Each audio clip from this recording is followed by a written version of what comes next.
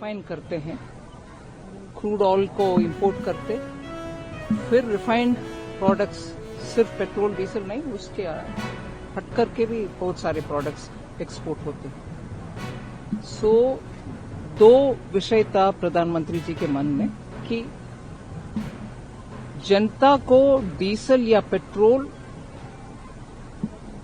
दाम बढ़ना नहीं है।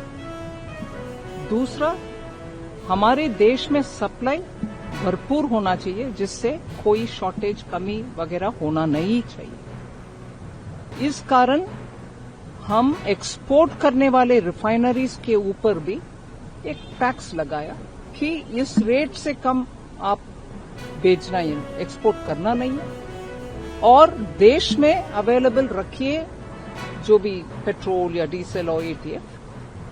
सो सप्लाई भरपूर रहने के लिए रिफाइनरीज के ऊपर, और सप्लाई कितने भी दाम हो उधर सरकार हमारे ऊपर रेट का बर्डन लेगी, उस बोझ को उठाएगी और जनता के ऊपर प्राइस नहीं पड़ेगी। अगर ऑयल मार्केटिंग कंपनीज को ये सपोर्ट नहीं मिलता, जनता को ज्यादा प्राइस देना पड़ेगा हर 1 लीटर पेट्रोल के लिए या हर 1 लीटर डीजल के लिए। सो उनके लिए ये बेनिफिट नहीं है। उसका उनके ऊपर जो शॉक हो रहा है विदेश में प्राइस बढ़ाने के कारण, उस शॉक को सरकार ले रही है, जिससे जनता के ऊपर वो रेट बढ़ना नहीं होगा। जस्ट शोज हाउ पेटी दे कैन बिकम।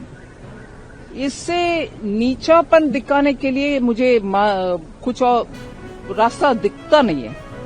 नीचे आप होना चाहते हो तो इसी रास्ते पर होएंगे, इसीलिए ये से बयान आ रहा है। जनता का राहत दिलाने वाले बात में भी राजनीति।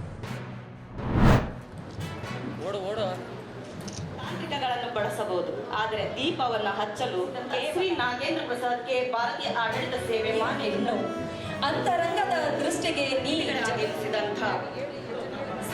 ಭಾರತದ ದೇಶ ಅನೇಕ ಮಾನ್ಯ ಜಿಲ್ಲಾ ಪೊಲೀಸ್ ವರಿಷ್ಠಾಧಿಕಾರಿಗಳು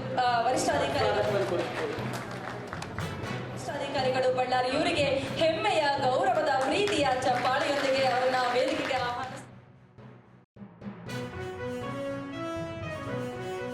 ಮಹಿಳೆಯೊಂದು ಪುರುಷರೊಂದು ಅದರಲ್ಲಿ ವ್ಯತ್ಯಾಸ ಮಾಡುವಂಥ ಅವಕಾಶಗಳು ನನಗೇನು ಕಾಣ್ತಾ ಇಲ್ಲ. ತುಂಬ ಡಿಪಾರ್ಟ್ಮೆಂಟ್ಸಲ್ಲಿ ಮಹಿಳೆಯರ ಪ್ರೆಸೆನ್ಸ್ ತುಂಬ ಇದೆ, ಅದರಲ್ಲೂ ಸರ್ಕಾರಿ ಇಲಾಖೆಗಳಲ್ಲಿ.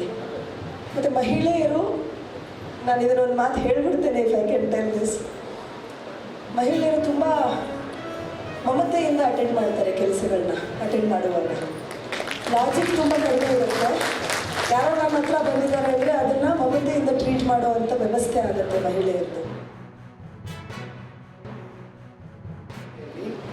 ಅನಿಮಿಕ್ ಇದ್ದಾರೆ, ರಕ್ತಹೀನತೆಯಿಂದ ಬಳಲ್ತಾರೆ. ಇಟ್ಸ್ ಎ ಡಿಸ್ಟರ್ಬಿಂಗ್ ಫಿಗರ್, ತುಂಬ ಡಿಸ್ಟರ್ಬಿಂಗ್ ಫಿಗರ್ಸ್ ಇದೆ. ಆದ್ದರಿಂದ ನಾವು ಈಗ KMERC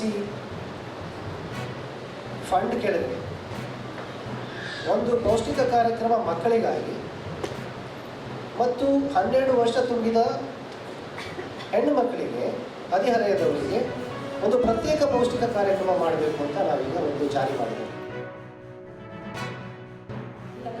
ಎಷ್ಟು ಜನ ನಾವು ಅದನ್ನು ಪಡ್ಕೊಂಡಿದ್ದೀವಿ ಅಂತಕ್ಕಂತಹದನ್ನು ನಾವಿವತ್ತು ನೋಡಬೇಕಾಗಿರ್ತಕ್ಕಂಥದ್ದು. ಬಹಳ ಭಿನ್ನವಾಗಿ ಇರ್ತಕ್ಕಂಥ ಸಮುದಾಯ ರಾತ್ರಿ ಪಾಳಿ ದುಡಿಮೆಗಳು. It's a big challenge. ಇವತ್ತಿಗೂ ಕೂಡ ನಾವು ನಮ್ಮ ವೈದ್ಯರು, ನರ್ಸ್, ಕಂಡಕ್ಟರ್, ಏರ್ ಹೋಸ್ಟರ್ಸ್ ಅವರ ವರ್ಕ್ ಲೈಫ್ ಬ್ಯಾಲೆನ್ಸ್ ಬಗ್ಗೆನೂ ಕೂಡ ನಾವು ಬಹಳ ಸೂಕ್ಷ್ಮವಾಗಿ ನಾವು ವಿಚಾರ ಮಾಡಬೇಕಾಗಿರ್ತಕ್ಕಂಥ